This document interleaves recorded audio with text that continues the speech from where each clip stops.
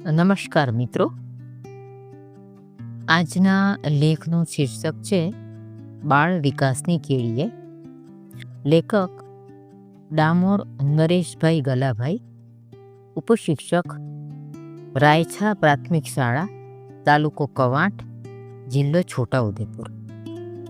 વાચન સ્વર જિગીષા દેસાઈ.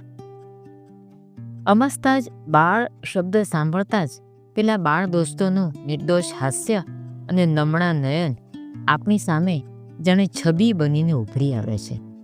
બાળક એ તો કુમળા છોડ સમાન છે. બાળકને વાળો તેમ વળે. બાળક માતાના ખોળે મીઠો અને મધુર કલરવ કરે છે. બાળકના વિકાસની શરૂઆત માતાના અંકમાંથી થાય છે. માની મમતાને માણતા માણતા પિતાના સ્નેહને પામતો બાળક આ દુનિયામાં સૌથી નસીબદાર હોય છે. માયાળુ માં. એક માયાળુ માં અને તેના વાલસયા દીકરાની આ વાત છે. આમ તો માની મમતા અને તેના અનહદ પ્રેમને વર્ણવવા માટે શબ્દો તો ટૂંકા જ પડે. સ્નેહલ નામની માયાળુ માં અને સુનિલ તેનો લાડકવાયો દીકરો. આ સ્નેહલનો એકનો એક સથવારો એટલે સુનિલ. 6 મહિનાનો સુનિલ હાસ્ય વેરતો અને કિલ્લોલ કરતો જોત જોતામાં 2.5-3 વર્ષનો થવા આવ્યો હતો. પ્રેમાળમાં આ સુનિલ ઉપર ખૂબ જ પ્રેમ વરસાવતી. સુનિલના સુખે સુખી અને તેના દુઃખે દુઃખી રહેતી. સ્નેહલ દીકરાને મમતાની સાથે સાથે પોતાના કુંવરને સંસ્કાર આપવા માટે પણ મક્કમ થઈ. નાનું બાળક શરૂઆતના તબક્કે નાની નાની ભૂલો કરતું હોય છે, તેમ સુનિલ પણ નાની નાની ભૂલો કરવા લાગેલો. પણ સ્નેહલ આ સુનિલને સાચી શિખામણ આપતી જાય અને હસાવતી જાય. ક્યારેક સુનિલ માટી ખાય તો માઠીની મીઠાશ એ પેટનો ક્લેશ છે એ સમજાવતી જાય. ક્યારેક સુનિલ પથ્થર ફેંકે તો પથ્થરના પરાક્રમથી થતા નુકસાનને સંભળાવતી જાય. ક્યારેક સુનિલ સૂતા સૂતા ખાય તો ખાવાની રીતો વર્ણવતી જાય. ક્યારેક સુનિલ જેમ તેમ બોલે તો માન અને મોભાને માહિતગાર કરતી જાય. સ્નેહલ પોતાના સુનિલની ભૂલોને મીઠા 2 વેણ કહીને સમજાવતી જાય. સુનિલ હજી 4 વર્ષનો પણ નહોતો થયો તો એને મોબાઈલ જોવાની મજા પડવા લાગી. હસતો રમતો મરકાતો અને કલરવ કરતો સુનિલ મોબાઈલની દુનિયામાં ખોવાઈ ગયો. એવો ખોવાયો કે ક્યારે નાવું ને શું ખાવું, શું બોલવું ને શું ગાવું, કોણ આવ્યું ને કોણ ગયું. અરે ક્યારે તો કપડાં પહેરાવા માટે પણ કાલાવાલા કરવા પડતા. સુનિલની આ વાત સ્નેહલના કાળજે ખૂંચવા લાગી. સ્નેહલ તો સુનિલ પાસેથી મોબાઈલ લઈ લે એટલે તો રડવા લાગે. ભણવાનું કહેવામાં આવે તો જાત જાતના બહાના કાઢીને ટાળવા માંડે. સુનિલના સ્વભાવમાં ચીડિયાપણું આવી ગયેલું.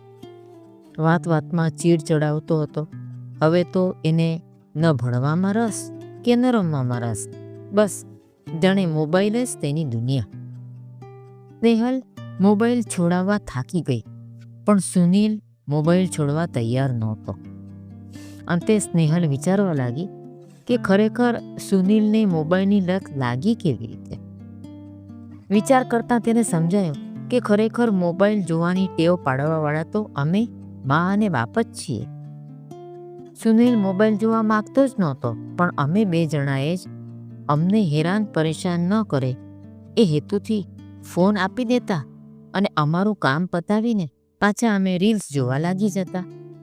હવે સ્નેહલને સમજાયું કે મોબાઈલ વાપરવામાંથી અમે જ ઊંચા નથી આવતા, પછી બાળક ક્યાંથી સુધરે.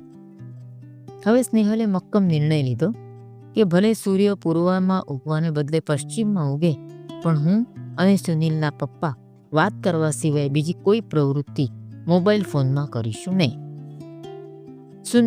સ્નેહલ તો સુનિલની મોબાઈલ પ્રત્યેની લત સુધારવાની મથામણમાં લાગી ગઈ.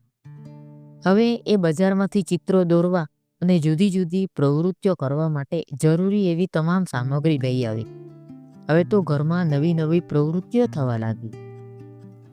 પ્રથમ દિવસથી જ સુનિલ મમ્મીની નવી નવી પ્રવૃત્તિઓ અને ઉડીને આંખે વળગે એવા ચિત્રો જોઈને મોબાઈલને બદલે આ પ્રવૃત્તિઓ અને જાદુઈ રમતો રમવા લાગ્યો. અને આમ પણ મા બાપ સમય આપે ને તો બાળકને પોતાના મમ્મી પપ્પા સાથે રમવું ખૂબ ગમતું હોય છે. થોડા જ દિવસોમાં જોતજોતામાં સુનિલ જાતે બધી પ્રવૃત્તિઓ અને અવનવું કરવા લાગ્યો. સ્નેહલ પણ બજારમાંથી અવનવા પુસ્તકો ખરીદવા લાગી. એવા પુસ્તકો આવવા માંડ્યા કે જેમાં ચિત્રો પણ હોય, રમતો પણ હોય અને ભણવાનું પણ હોય. રમતા રમતા શીખે એવા નવા નવા પ્રોજેક્ટ પણ થવા લાગ્યા. હવે આ બધું કરવાથી સુનિલ તો સર્જનાત્મક બનવા લાગ્યો.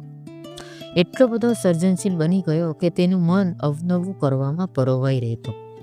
હવે પહેલાંની જેમ જ શાંત સ્વભાવનો સુનિલ, એને જોઈને સ્નેહલ તો ખુશીના આંસુએ રડવા માંડી. સુનિલના મિત્રો પણ સુનિલની દેખાદેખીથી અવનવું કરવા લાગ્યા. આસપાસની શેરીઓમાં પણ બદલાવ આવવા લાગ્યો. સર્જનાત્મકતાને પ્રોત્સાહન મળે તેવી સ્પર્ધાઓ સોસાયટીમાં થવા લાગી. મોટાભાગના બાળકો પોતાનો મોબાઈલ સાથેનો નાતો તોડી મમ્મી પપ્પા સાથે અવનવું કરવામાં જોડાયેલા રહેતા. હવે બન્યું એવું કે આ વર્ષે બીજી બધી સોસાયટીઓ કરતાં આ સ્નેહલની સોસાયટીના મોટાભાગના બાળકો અવ્વલ આવવા લાગ્યા હતા. સોસાયટીના બધા લોકોએ મળીને સામાન્ય સ્વભાવમાં સ્નેહલ અને સુનિલનું સન્માન કર્યું. અસ્તુ. આભાર.